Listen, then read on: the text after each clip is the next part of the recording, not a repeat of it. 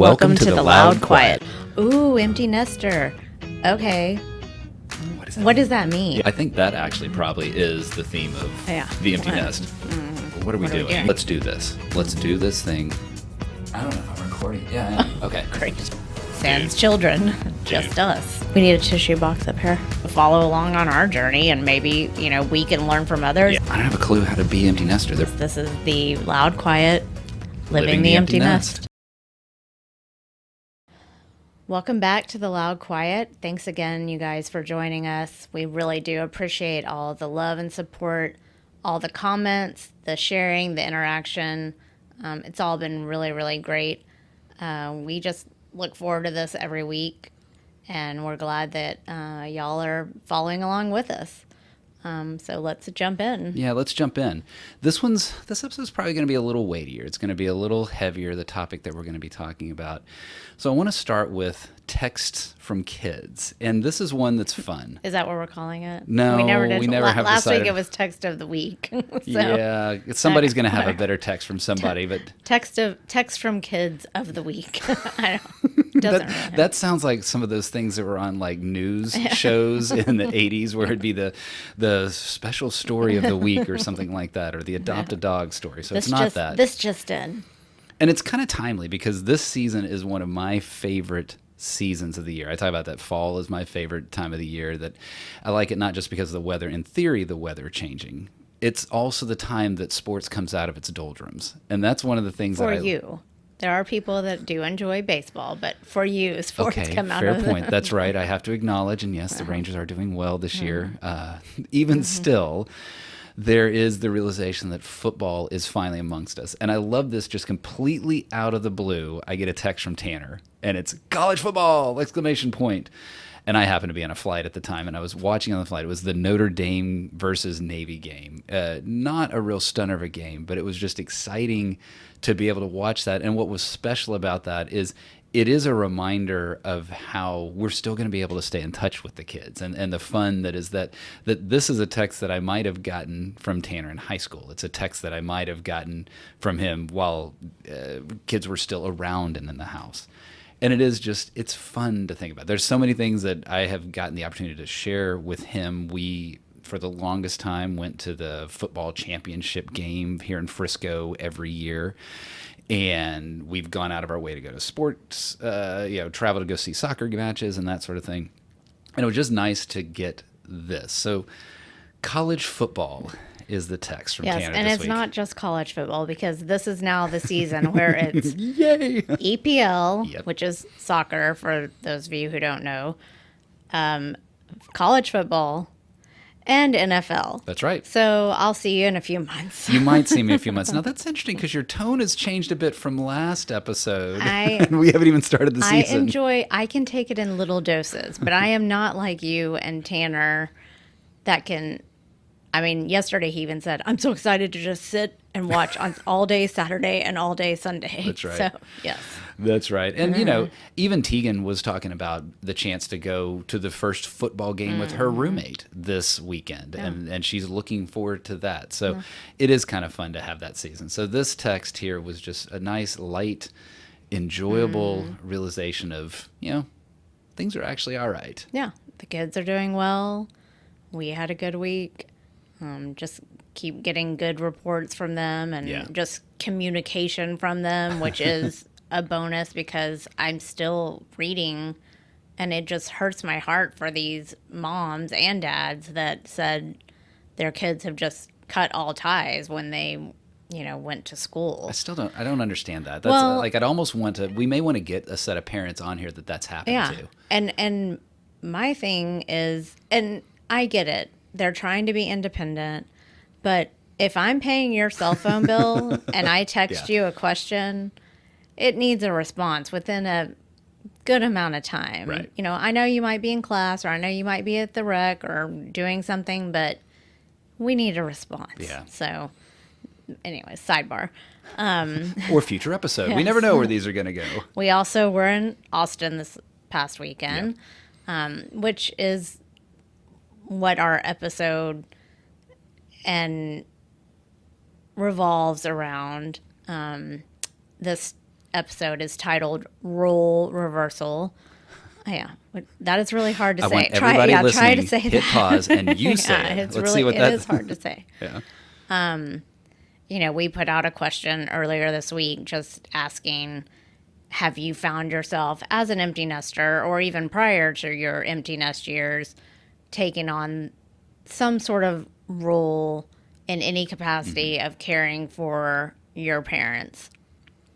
I just, found a few stats that, the life expectancy right now average is about 79 years and it's climbing. It was a steady uptick. And with that, 1 in every 5 Americans is an unpaid caregiver. And that's what we're called, unpaid caregivers, in different roles, which is what we will discuss. And several of you guys, when we put out the question, I got several responses of, yes, I am in that stage of life. I'm having to deal with that. My very close friend is definitely having to deal with that. We are going through that. Thankfully, we have one set of parents that are still very active. My parents are very social, very active, can still travel to see the kids, travel to see their son that, lives far, still take care of their, 7th grade grandchild. So, we're just very lucky that we have one set that are still doing well. They're a role model to us as this empty nest aspect of it, is watching how they went about that and paying attention to, how they've stayed active. That's a whole different topic. And I am incredibly thankful that they can both be that role model and they're so healthy and so vibrant and still continue to be a part of our lives and the rest of their friends and families' lives as well. Yeah. A little different on the other side. Yeah. Unfortunately so, yes. Yeah. And so that's what we'll be talking about today, right? The inspiration for this episode came about as we realized that as I've become an element of a caregiver. And I think it's important to somewhat delineate what that looks like. But before we even talk about what like a caregiver means, because there's so many definitions of that, I really want to talk a little bit about and share the stories of who we're talking about here. And so those that know me and my family know that my dad passed away in 2003. And so my mom obviously continued on after 2003. She remarried later in life and has been this incredibly vibrant and incredibly intelligent woman.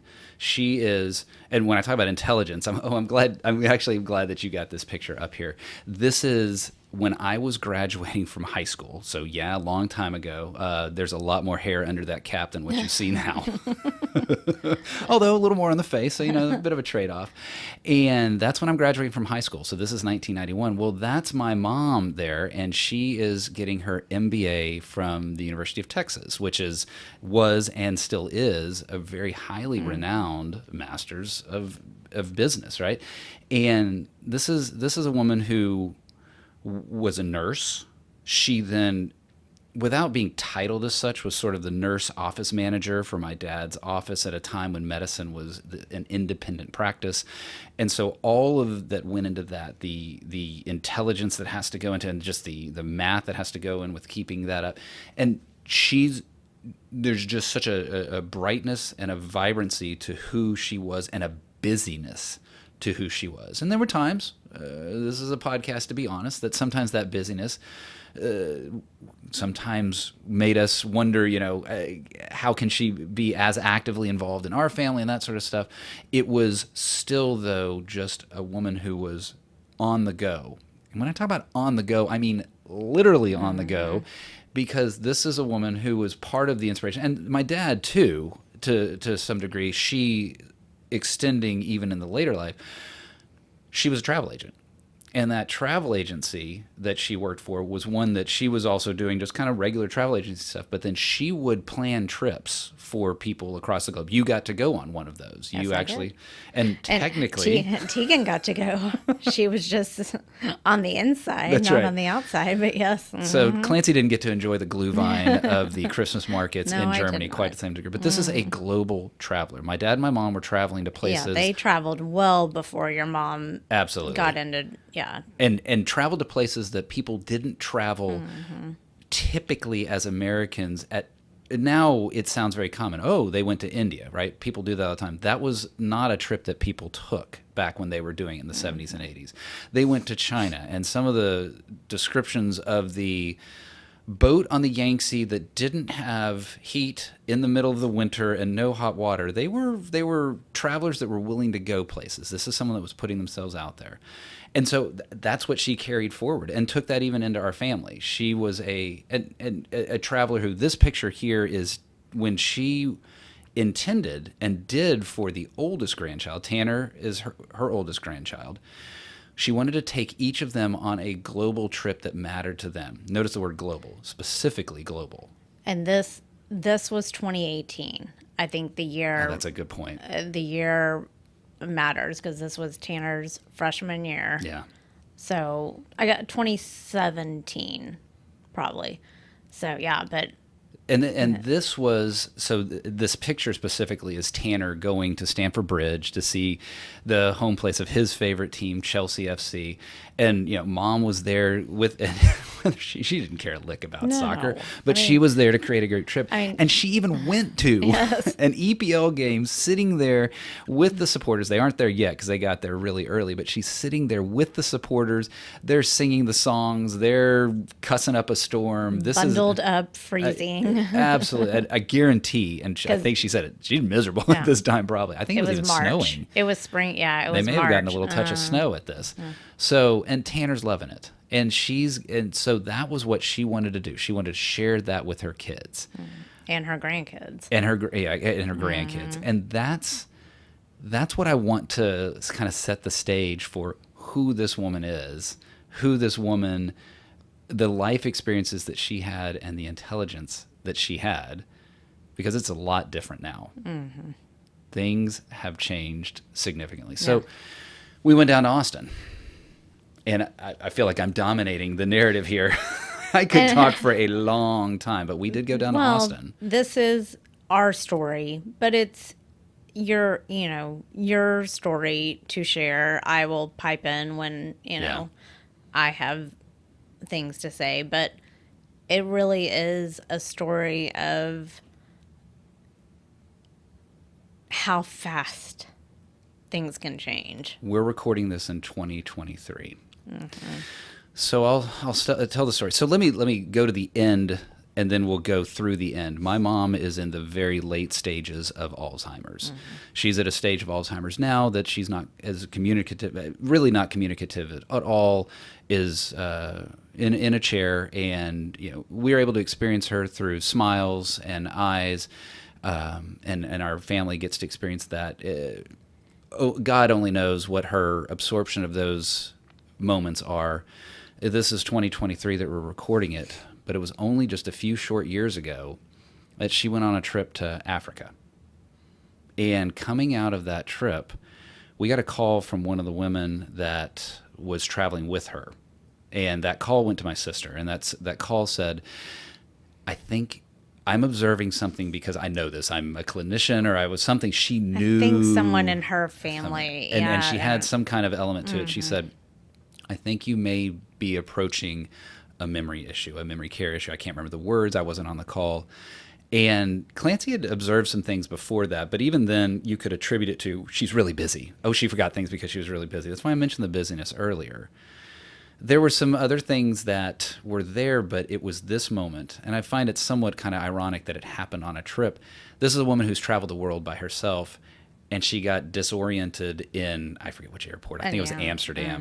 Mm-hmm. And Trying to find the restroom. trying to find the next gate. And we're not talking about some third world airport. This is a well-signed, clear airport. Well, that began our journey to realizing, and this isn't necessarily an Alzheimer's episode, but it is stunning to see how quickly things moved. Well, and it's stunning to me once we did get the diagnosis, how many other people No kidding. we know. I mean, it is, the numbers are staggering of how many people are being diagnosed with Alzheimer's. Yeah. And they can't figure it out. I mean, and there's the new things, like this year there's some new things. They're hoping that this can remove the plaque, and I am no scientist, and we'll talk about caregiving. Thank God for the caregiver that does exist in my mom's life, her husband, who has been an absolute godsend. He is the scientist in this, and thank goodness for that, as he helped us navigate through this process. I'm forgetting the years, which she got she got diagnosed in 2020. Oh, that's right, because it was COVID. And it was COVID. That's right. And then in the summer of 21, how long? Let's see, the summer of. Which piece? I can't get that. When did we have to finally make the move into memory Last care? year. So that was 22. Okay. And so when she was first diagnosed, this was actually, and I don't want to tell too much. It's because it's her story to tell, and that, but it was still where you could have a conversation with her. It's just things would get forgotten. We were doing Zoom calls because that's all we could do during COVID. So once a week we would do a Zoom call, and she was, still talking and able to. Yeah, having a conversation. Maybe she wouldn't necessarily remember that Tanner went to Arizona State. No. Maybe she wouldn't remember what Tegan's year was, but she would. Yeah. She certainly recognized us and all of that. Mm-hmm. And it really was. And there's some elements of this that drove us to the point that she truly needed to be in memory care. That is an episode in and of itself for those that want to go in that path. How you make that heart-wrenching decision to do that, even though at that point when she joined, and I'll say the brand Ardencourts has been absolutely amazing to her and to our family. They're Ardencourts in Austin. Even when she moved in, while the stories might have been nonsensical at times, or perhaps the memories, she would still recognize who we are. She would talk about wanting, I really want to buy property here. I can't wait for your dad to come here, and who had been, dead for many years, but I want him to come here so we can buy property. She wanted Tegan to visit the school that Mom was at. And because this school is great, and Tegan should really look at going to here for school. And she was still She was participating in the activities that they had. It was the right place for her to be, and it still is the right place for her to be. I mean, the care that they give there has been great, beautiful. Yeah, and there's a separate company that we've engaged for some more active elder care that is there as well, that's non-medical, and they've been just, some of them developing what seemed to us just deep-hearted relationships with my mom, and that's been great. We are now, as I said, at the end of the story. Well, not the end of the story, dear God. That is where we are in the story now, where I was describing that all of that does not express in words, except maybe some unintelligible whispers. To me, when we visit, I don't see any recognition of who we are. Sometimes a smile, but I don't know if that's the smile, almost like the smile of an infant, just seeing a face that's a friendly face, or just a face, right? And that's what's so evil about this disease. Alzheimer's sucks. Yeah, it does. And because as far as we know, she doesn't know what's happening to her. Mm-hmm. But all of those of us around her, knowing what she used to be, I mean, it's just, blah. I mean. And that's, we've laughed about this at times, like, because sometimes all you can do is laugh about this, is that Alzheimer's perhaps may be the disease that you would want to get because you don't experience it, right? Once you're in the deeper stages, it's so painful for all those around you. And clearly I don't mean that. Please don't cancel me, world. I don't mean that. But what I mean is, if there's any sort of relief, it's the one of knowing that she may have no idea that this is going on. It doesn't come with pain, at least that we know of. Correct. It doesn't, Right. it just... And that's the caregiver. Suddenly, we're thrust into this role of caregiving. So and why, it's different degrees. Yeah. So why don't you talk a little bit about, because we don't live in Austin. We live in Frisco, 3-hour, now 4-hour drive to Austin. Thank you, I-35. So, why don't you talk about how you have taken on a role as a caregiver, but not a physical caregiver? Yeah, and in the context of empty nest, you think that empty nest is all about freedom and not being attached and all that goes with that. Well, no, actually, you do want to be a caregiver to someone that you love. And yeah, in this case, I am in Frisco. I mentioned my mom's husband, Jerry. He is, again, a godsend. He's there twice a day, except when other people visit. There's 2 visiting hours, so he's there daily. Thank God we found a facility that's 10 minutes from the house. He is a wonderful physical caregiver for her. He is a wonderful medical plan caregiver for her. He is so intelligent when it comes to knowing what to do, when to push back on doctors, when to explore new therapies, and not therapies in the sense of trying to recover from Alzheimer's, just therapies to help her comfort, help make sure that she's not over-medicated or under-medicated. He's great there. My sister is close by. She can do those same kind of visits. She has the opportunity to bring her family up there and give mom the delight of seeing grandkids and the like, and have a more physical presence with mom there. And the elements of being physical, I can't be physical there. Even still, it does create a caregiver component because there's a whole financial component that comes to this. My mom has a rent home. And the maintenance and the management of that rent home takes labor.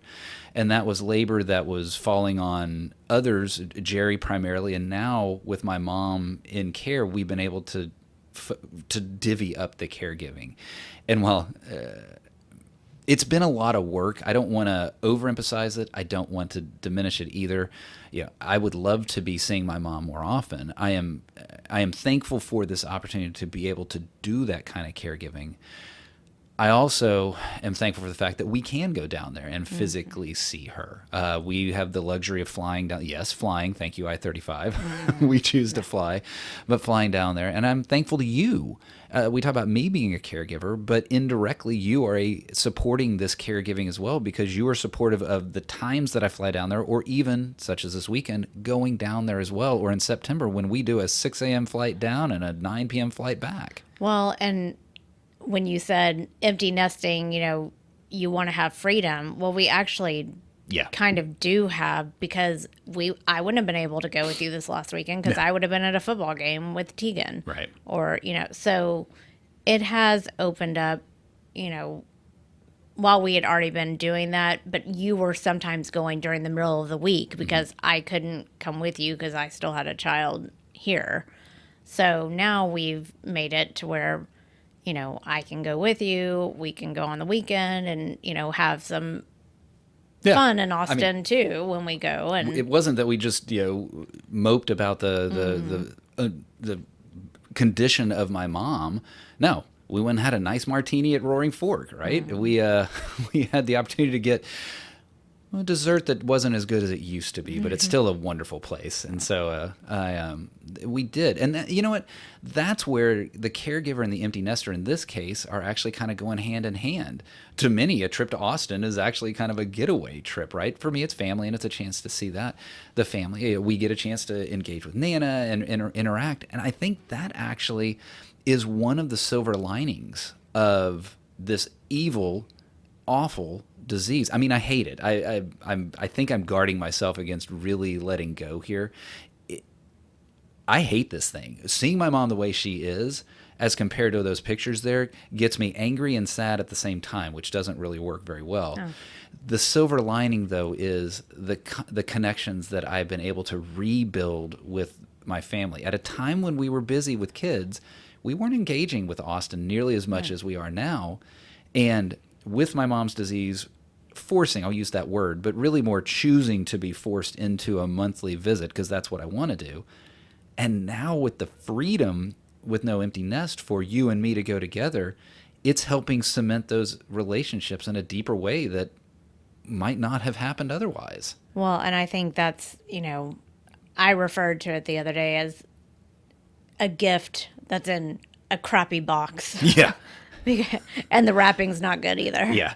Because while it has helped you and us reconnect with, some of the things, and I love Austin. Mm-hmm. I love being down there. I could eventually see us maybe going that direction. If anybody has a lake house for sale, please let us know. But, it has, and amongst other things, it has helped because it has been a journey for 3 years. And really, I would say over the past year and a half, it has really, y'all have gotten things in order that people don't necessarily think about. And sometimes you don't have the choice to think about it. Right. But we have the time to prepare financial papers, legal papers. I mean, there is so much stuff. And it's inspired us to do that for the generation above. Now, I realize when I speak of Nana, she is my dad's mom, so my grandmother on my dad's side. Yet what we've seen through my mom has inspired Rachel and me to more actively pursue the getting Nana to have her documents in order. She comes from a generation that along with her other sons, your uncles. Yes. Right. And then have all collectively come together to make that happen, inspired by this and other incidents throughout the family, to be able to get Nana in the position that she wants to be. Her generation is one that may not have been as comfortable with that as, say, our generation. And it's nice that we, right now at this moment, I have full confidence that whatever her wishes are have been explicitly and clearly laid out in all the documents that need to be laid out.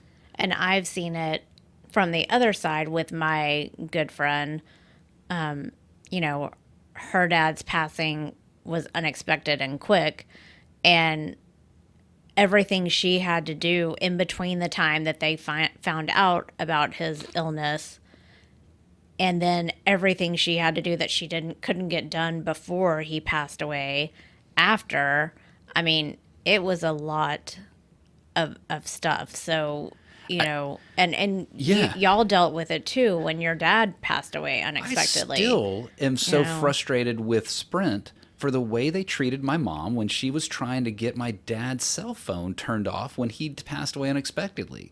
These are the kind of things that are just maddening. And if you've set up the processes ahead of time, power of attorney and all this is not a legal show. Don't listen to us for legal advice. Talk to your lawyer about this. But get it all set so that, God forbid, something unexpected happens, you get it taken care of or have the ability to take care of it, or you've got yourself the comfort level and can live out a life that knows that you are prepared and that your family is well taken care of.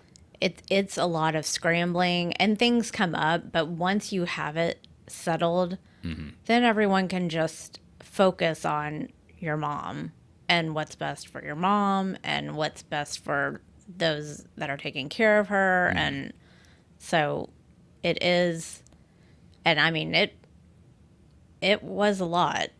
Especially, I mean, just the rent home stuff was a lot. And just making sure that everything is secured in the way it's transitioned. And this is where I do need to, or I not need to, I want to say, how thankful I am for who Jerry is. I'm thankful for how Rachel has approached this as well. As a family, through some of these difficult elements that could find itself having contention, to say never, I don't know, maybe we did have some contention. I don't recall any. That typically, even when we were discussing my mom's, I would have these care calls. And it'd be Jerry, Rachel, and me on a call discussing what's our care plan for mom. What are we doing? Jerry, how are you taking care of yourself? Rachel, how are you doing? Rick, what are you doing? All of these things. And so it has been nice. We have been blessed with the luxury of a family that has treated this in a unified fashion and that there hasn't been any contention, God forbid contention yet, right? No. I don't anticipate it, and so far we've set things up in a way that help protect against that. No. You had a really good, what was your wisdom? You had something yesterday that you talked about, and you said you wrote it, you have it in your phone. Which is what we're using to I record know. this. So Do you remember what it was? no, I would need some sort of reminder. It was about the wisdom of the older generation. Oh, well, see, I just needed a trigger for that because there. I do a very bad job of remembering verbatims. I just remember themes. And one of the things that is somewhat heartbreaking is that you and I have started this empty nest phase. And we've even started this podcast. And neither my dad nor my mom are going to be able to listen to it this side of heaven. And who knows? Maybe there actually is an Apple Podcast download that Dad's accessing there in heaven, or Spotify or YouTube. Maybe there is something like that he's actually able to listen to this. That hurts my heart a little bit. And it was realizing that as we enter this empty nest phase, how much I wish I could tap into the wisdom of the generation that's gone before me in my particular lineage. That's why we talked about at the beginning. I'm thankful for seeing your parents as a role model, thankful for seeing them. This isn't, a cliche reverse cats in the cradle of make sure you spend time with your parents before they're gone kind of thing, yet it kind of is, in the sense that,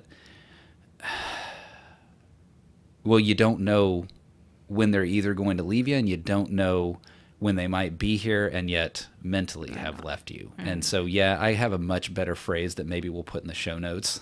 But that was it, is just remembering to access the wisdom of the generation that's gone before us, because you never know when that wisdom portal will be gone. And we did, when we were there, we played the podcast for your mom so she could hear it, So, and it was there by her ears. And now, what was funny though is she didn't really react to it. Right, that was not unexpected to see that she didn't react to it. What was funny though is that any time that I tried to tell a story by myself, she let out the biggest yawn. So there's a part of us that really sincerely believe that maybe mentally, there's even a chance that her soul has already left. Right, I don't know. Right, that's a spiritual question that I will only get to answer on that side of heaven. I do at that moment think that, she may have been more aware and she'd been like, I can't communicate the word shut up, but I'm going to just yawn and tell you to just shut your I'd pie like to hole. go back and take my nap. That's right. That was funny watching her yawn. Well, thank you for joining us for our therapy session, which is actually, I wanted to say, because one of my mom's friends, Janet, actually put that in a post that she had commented on our question yesterday. And this really is, especially this episode, this, just getting to talk about it and then hear from others, what y'all are going through.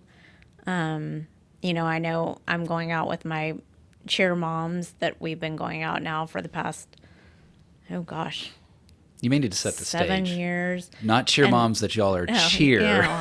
Our daughters were on the same competitive cheer team, and so we have just stayed friends and go out to dinner once a month. And I know a couple of them are going through similar things, so I'll be interested to see, hear their stories. And because 1 in 5 people, it's just are doing this. The numbers are just crazy. Whether it's a disease like this, whether there are cases where people are caring for their family because the savings weren't there, and so they've brought family into their home and are providing for them financially and physically. Caregiving has a lot of different definitions, and there's a lot. 1 in 5 seems actually kind of low to me.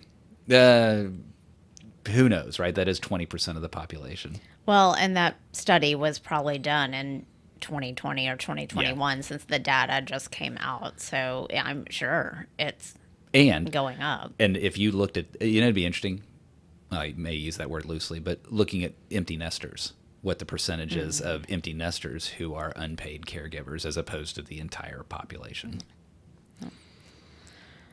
Well, there you have it. You got a happy story to end on? Next week's episode should be...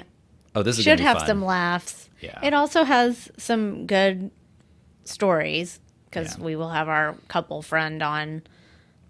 Hopefully, if the technology Yeah, I was going to say, works. it will be our first attempt at a guest. So Yes. everybody hang tight, be patient with us. And, and, share your stories. Like Clancy was saying, she's going to hear it from her friends when she goes to dinner. Part of the therapy, too, is knowing that others are out there with the same experience or similar experiences. So let us know what you're going through as well. Again, if there's a topic that, y'all are interested in, if there's a topic that you're interested in coming on talking about, just let us know. Because we'll talk about anything. We're not professionals. We'll be able to do We whatever. might run out of content real quick. Hey, I may cut that out. No. See, we can still laugh. Yes, we can. And I think that's an important part of living in this empty nest craziness that we're a part of. Yeah. Well, thanks again for joining us on The Loud Quiet, Living the Empty Nest. Oh, we kind of messed that one up. That's all right. All right.